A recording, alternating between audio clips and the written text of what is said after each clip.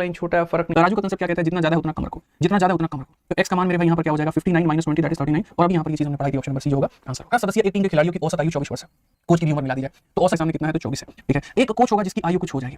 ठीक है, 12 सदस्य एक टीम के खिलाड़ी की औसत 24 है, 12 लोगों का औसत 24 है। एक कोच की भी उम्र मिला दी जाए तो औसत में 2 की वृद्धि हो जाती है। जहां पहले औसत 24 होता था उसमें 2 की वृद्धि हो जाती है, यानी औसत कितना हो जाता है, 26 हो जाता है।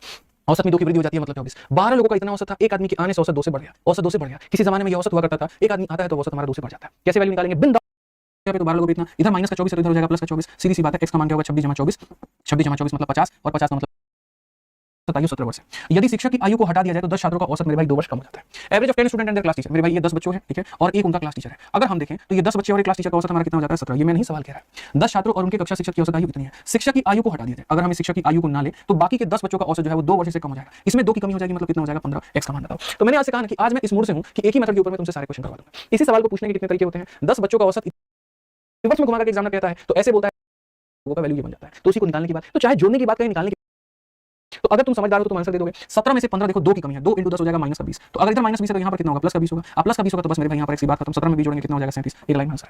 तो मैंने कहा एक लाइन में ही तुम्हें सारी, तुमको बहुत मजा आएगा। असली औसत तुम यहाँ देखोगे, असली डेविएशन तुम यहाँ देखोगे। ठीक है, एक छात्र के स्थान पर एक नया छात्र आने पर 10 छात्रों का औसत वजन आधा किलोग्राम बढ़ जाता है। जाने वाला कौन है, 51 है। आने वाला कौन है, पता नहीं। और यहाँ पर क्या होता है, 51 किलोग्राम के छात्र के मेरे भाई आने पर यहाँ पर जो है 10 बच्चों में आधा किलोग्राम बढ़ जाता है। नए छात्र का वजन क्या होगा। ठीक है, मैं आपको मेरे भाई बात बताता हूँ, काम करना है। जो व्यक्ति गया है, ठीक है, 51 किलोग्राम जो गया है उसको क्या करो माइनस, जो आया है उसको क्या करो ऐड। इसके जाने और इसके आने से क्या प्रभाव पड़ता है, तो इसके जाने और इसके आने से 10 छात्रों का वजन आधा किलोग्राम बढ़ जाता है। ठीक है, इसके जाने और इसके आने से मेरे भाई यहाँ पर क्या होता है, इसके जाने और इसके आने से 10 बच्चे हैं और हर किसी पर मेरे भाई जो प्रभाव पड़ता है आधा किलोग्राम। आधा किलोग्राम को मेरे भाई हम क्या लिखते हैं 0.5, इतने से वैल्यू बढ़ जाती है। इसमें क्या होगा, तो यहाँ 10 का आधा मेरे भाई 5 किलो और यहाँ पर 51 ले जाओ इतना, यानी कुल मिलाकर के 56।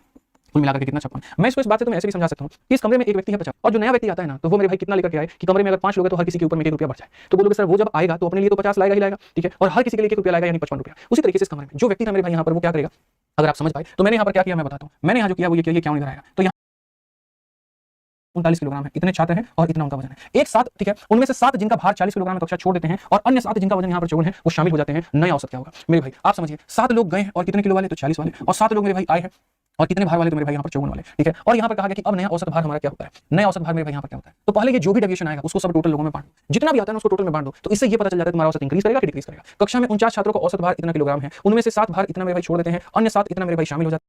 ये समझ सकते हो कि सर हमारा इंक्रीज करेगा औसत या हमारा डिक्रीज करेगा। इसका यहाँ पर कभी भी जो कंसेप्ट होता है वो होता है sir total deviation. Total deviation, total क्या हो जाएगा, डेविएशन हो जाएगा। ये बहुत इंपॉर्टेंट फॉर्मूला है, पीछे वाले में मैं नहीं लगाया था कि आपका औसत कितने से बढ़ेगा या कम होगा बराबर total deviation divided by number of people. Total deviation divided by number of people. तो हमने यहाँ पर देखा कि हमारे सामने सर जो है 7 छात्र गए हैं कितने किलो वाले, 40 किलो वाले सर, ठीक है, और 7 छात्र सर हमारे आए हैं कितने वाले, 54, और जिसके कारण सर ये कितने लोगों की कहानी है, 49 लोगों की कहानी है। ऐसा सॉल्व करने से ये पता चल जाएगा औसत हमारा कितने से बढ़ेगा और कितने से कम होगा। अगर हम देखें मेरे भाई 7 के 40 गुना में से घटाना है यहाँ पर 7, अगर हम 7 कॉमन ले ले तो ये हो जाएगा माइनस का 40 और प्लस का 54, 54 माइनस 40 यानी 14, तो यहाँ क्या हो जाएगा 14, यानी यहाँ पर हो जाएगा 7 इंटू मेरे भाई 14 डिवाइडेड बाई कितना, तो 49। 7 से अगर हम काटेंगे 7 बार में, 7 से हम काटेंगे यहाँ 2 बार में, यानी इंक्रीज करेगा कितने से 2 से, और अगर हमारा इंक्रीज करेगा तो आंसर क्या होगा, सब का औसत हमारा 39 था, 2 का हमारा इंक्रीज करेगा यानी इतना होगा। ऑप्शन नंबर ए क्या होगा correct answer. Option number A क्या होगा मेरे भाई करेक्ट आंसर। आया है वो कितने क्या है 54। मेरे पास में गया 40 है, मेरे पास में आया 54 है, मेरे पास में एक्स्ट्रा कितना आया 14। 40 का नुकसान 54 का फायदा, ओवरऑल में 14 रुपए के प्रॉफिट में हूं। तो मेरे पास में 14 रुपए का प्रॉफिट है। कितने लोगों में है मेरे भाई यहाँ पर 7 लोगों में। एक व्यक्ति पर 14 का प्रॉफिट तो 7 लोगों में। अगर मैं इस प्रॉफिट को अपने क्लास के सारे बच्चों में बांट दूं, अगर मैं अपने 49 के 49 छात्रों में बांट दूं तो क्या होगा, तो ये 98 है। ये जब इसको काटेगा तो बोलेगा हर बच्चे में 2 बढ़ जाएगा, हर बच्चे में कितना बढ़ जाएगा 2। जहां मेरे बच्चों के पास 39 रुपए होते थे अब 2 बढ़ जाएगा, तो आंसर कितना हो जाएगा 41। बात खत्म। इतना उतना ही छोटा सा सॉल्यूशन होगा, समझ लो। आप यहाँ पर देखो मेरे भाई सवाल को पढ़ो। किसी समूह में छात्रों की निश्चित संख्या की औसत ऊंचाई 155.6 है। यदि 150 पॉइंट वाले मेरे भाई यहाँ पर जो है 12 छात्र समूह में शामिल हो जाते हैं और 159 वाले मेरे भाई यहाँ पर 7 छात्र छोड़ देते हैं, तो समूह में छात्रों की औसत ऊंचाई 34 मिलीमीटर कम हो जाती है। तो यहाँ पर मेरे भाई छात्रों की आरंभिक संख्या क्या होगी। मैंने आपसे कहा था कि देखिए जो भी इंक्रीज या डिक्रीज होता है, अगर आप कैलकुलेट करना चाहते हैं तो आप अपने जितने भी डेविएशंस हुए हैं उनको लोगों की संख्या से भाग कर दीजिए। मैंने आपको ये बात बताया। अब मेरे भाई समझो, आपके पास में यहाँ पर क्या है 155.6 है, ठीक है, और यदि 150 पॉइंट इतना मेरे भाई छात्र जो है छोड़ देते हैं, यहाँ पर देखो यदि इतना सेंटीमीटर औसत ऊंचाई वाले 12 छात्र शामिल हो जाते हैं, यानी जो छात्र आए हैं वो क्या है, ज्यादा वैल्यू लाए हैं कम वैल्यू लाए। मूवी देखने के लिए इतना रुपया चाहिए और आप इतना रुपया लेके पहुंचे हैं, तो आप कम पहुंचे कि ज्यादा लेके पहुंचे, आप कम पहुंचे हैं। कितना कम पहुंचे हैं इसमें से आप इसको घटाइए, तो आपका एक में से देखो यहाँ पर 15 से आपका 15 खत्म, 5.6 में से 0.5 बराबर 5.1 की कमी, यानी आप मूवी देखने कम पहुंचे हो कितना 5.1। एक बंदा इतना रुपया लेके कम पहुंचा है, तो यहाँ पर इतने सेंटीमीटर के 12 छात्र शामिल हुए, यानी 12 लोग कितने कम पड़ेंगे, तो इतने लोग कम लाए। एक बंदा इतना कम लाया तो 12 लोगों के कारण जो कमी आई है वो इतना आई है, ठीक है। अब मेरे भाई यहाँ पर कहा जाता है इतना सेंटीमीटर औसत ऊंचाई वाले 7 छात्र छोड़ देते हैं। अब एक बात बताओ, ये जो कमरा है इस कमरे में हर किसी के पास में इतने रुपए मौजूद है, इतने रुपए मेरे भाई मौजूद है, और इतने रुपए मौजूद है और आप यहाँ इतना सेंटीमीटर या इतना रुपया लेकर के छोड़ देते हो, तो यहाँ पर क्या करोगे, नुकसान करोगे ना भाई।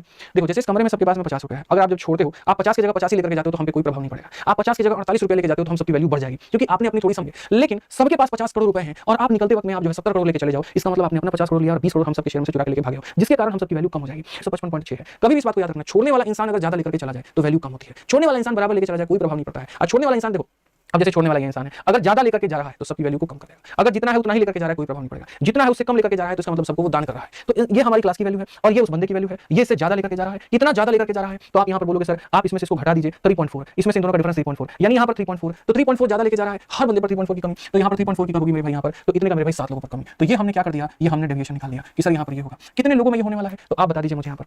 यदि सर देखिए ये कमी हो गया, ठीक है, तो कहा गया समूह में छात्रों का औसत ऊंचाई इतना मीटर कम हो जाता है, समूह छात्रों की आर्मिक संख्या क्या करिए, ठीक है। अब मेरे भाई देखो यहाँ पर संख्या कितनी थी आप ऐसे मान करके चलो, बोलेगा सर टोटल बताओ क्या होगा, तो मैं आपको बता रहा हूँ, इसको इंटरचेंज भी कर सकते हो तुम यहाँ पे, ऐसा भी कह सकते हो सर पहले मानो n लोग थे, फिर 12 लोग आ गए और फिर सर 7 लोग छोड़ के चले गए, तो ये हमारा टोटल नंबर हो जाएगा, ठीक है। जितना भी डेविएशन है उसको यहाँ रखो, जो भी नंबर है उसको यहाँ रखो और बराबर कर दो कितने के, तो बराबर कर दो इंक्रीज या डिक्रीज के। तो क्वेश्चन में कहा गया औसत ऊंचाई इतना से कम हो जाती है, इतना मिलीमीटर, ठीक है। मिली को सेंटी में कन्वर्ट करते हैं तो 10 से डिवाइड करना पड़ता है, तो मेरे भाई मिली को सेंटी में कितना कम हो जाता है, 10 से डिवाइड करेंगे तो यहाँ पर 3.4 हो जाएगा, क्या हो जाएगा 3.4। मैं फिर से रिपीट कर देता हूं मेरे भाई यहाँ पर, आप समझिए जैसे क्लास में बच्चे जैसे मानो यहाँ पर जब आ रहे हैं तो आने वालों की संख्या अगर जितना हमारे टिकट का दाम है उतना ही वो लेकर के आते हैं, दिक्कत नहीं है, ज्यादा लेकर के आते हैं तो हमें प्रॉफिट हो जाएगा, कम लेकर के आए तो हमारा लॉस है, इतने का लॉस है 12 लोगों पे। वैसे ही छोड़ने वाला जितने क्लास का औसत है उतना ही वो छोड़ के जाए, कोई दिक्कत नहीं, उससे कम अगर मान लो कि वो लेकर के जाता है हमारा प्रॉफिट हो जाएगा, उससे ज्यादा लेकर के गया 50 रुपए है सबके पास में, 70 रुपए लेकर चला गया मतलब हमारा लॉस है। तो वैसे यहाँ पर 159 लेकर के चला गया तो हमारा लॉस हो गया, इतने का लॉस 7 लोगों पे, तो ये लॉस और ये लॉस को मैंने सारे बच्चों में बांट दिया तो ओवरऑल इतने का लॉस आया, ठीक है। दोनों के लॉस को मैंने बांट दिया तो ओवरऑल हमारा इतने का लॉस आया। अब यहाँ पर अगर मैं देखूंगा तो मैं यहाँ पर ये बात कह सकता हूँ कि सर देखो हम यहाँ पर कैसे सॉल्व करेंगे, मेरे भाई देखो दशमलव का सारा खेल है, 1.7 से काटोगे तो 3 बार में, 1.7 से काटोगे तो 2 बार में, 1.7 से काटोगे तो 2 बार।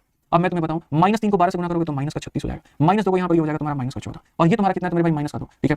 -2 इंटू n मेरे भाई माइनस का 2n हो जाएगा, यहाँ पर ये 5 है, 5 को -2 से गुना करोगे इतना हो जाएगा। ओवरऑल मेरे भाई यहाँ पर क्या है मैं तुम्हें बताऊं, ये 2n को तुम इधर लेकर के चले आओ और 34 और यहाँ पर ये 50 में से 10 गया तो मेरे भाई 40, लोगों की संख्या सीधा 20 हो जाएगी, बस बात। तो क्या होगा ऑप्शन 20 होगा। तो